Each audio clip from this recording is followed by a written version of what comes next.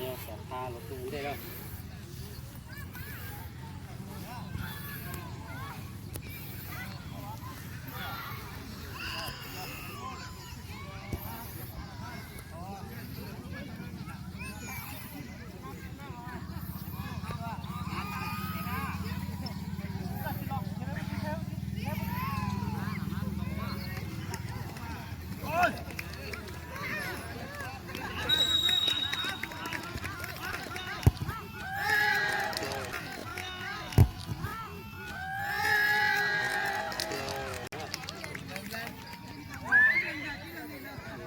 บานอเขาจะคุ้มเศรษฐกิจ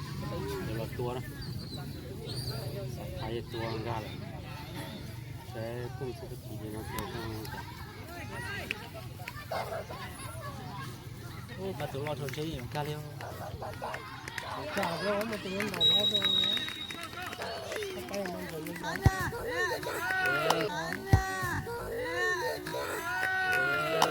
สวยอย่างกูเนี่ย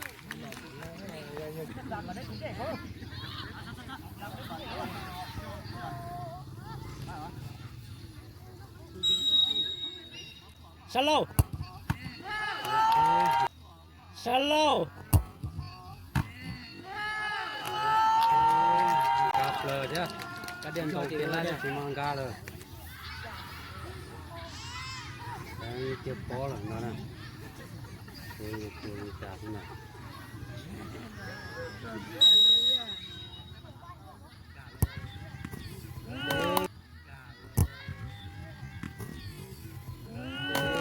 กับเลยอย่างกูเนี่ยโอ้เตะอยู่ตีนภูเลยเนาะ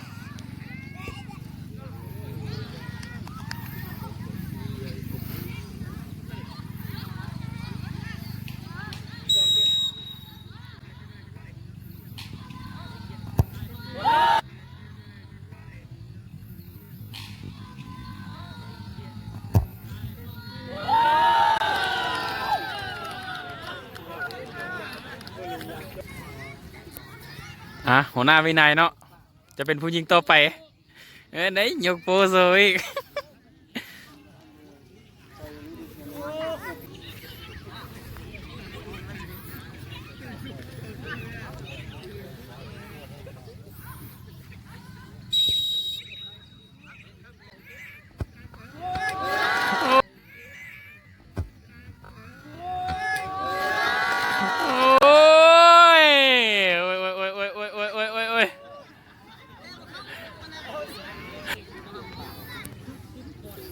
ไป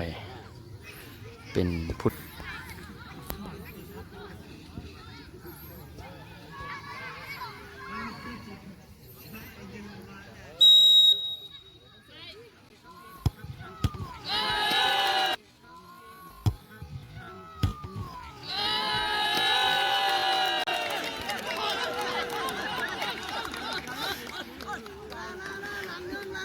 ดูลิลัวซะเลยเนาะ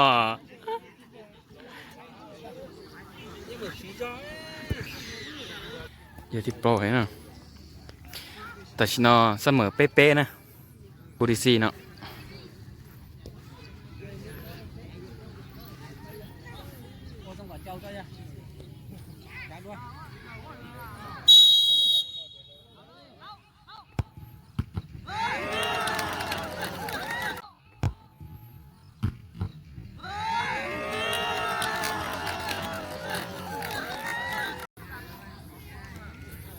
ผู้ที่5เนาะ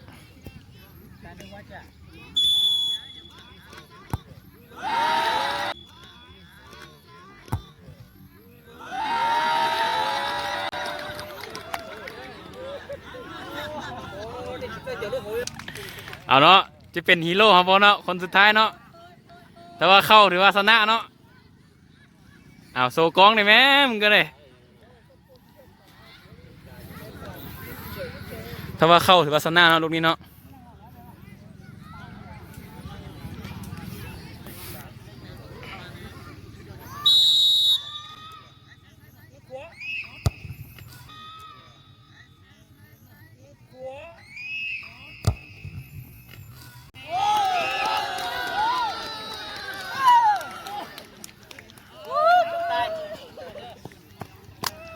ถือว่าที่สามไปเนาะคุมเศรษฐกิจเฮา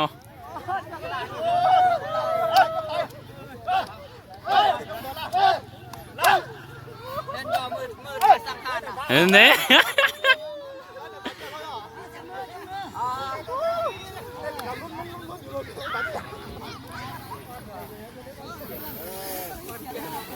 จบเนาะการสิ่งที่สามเนาะ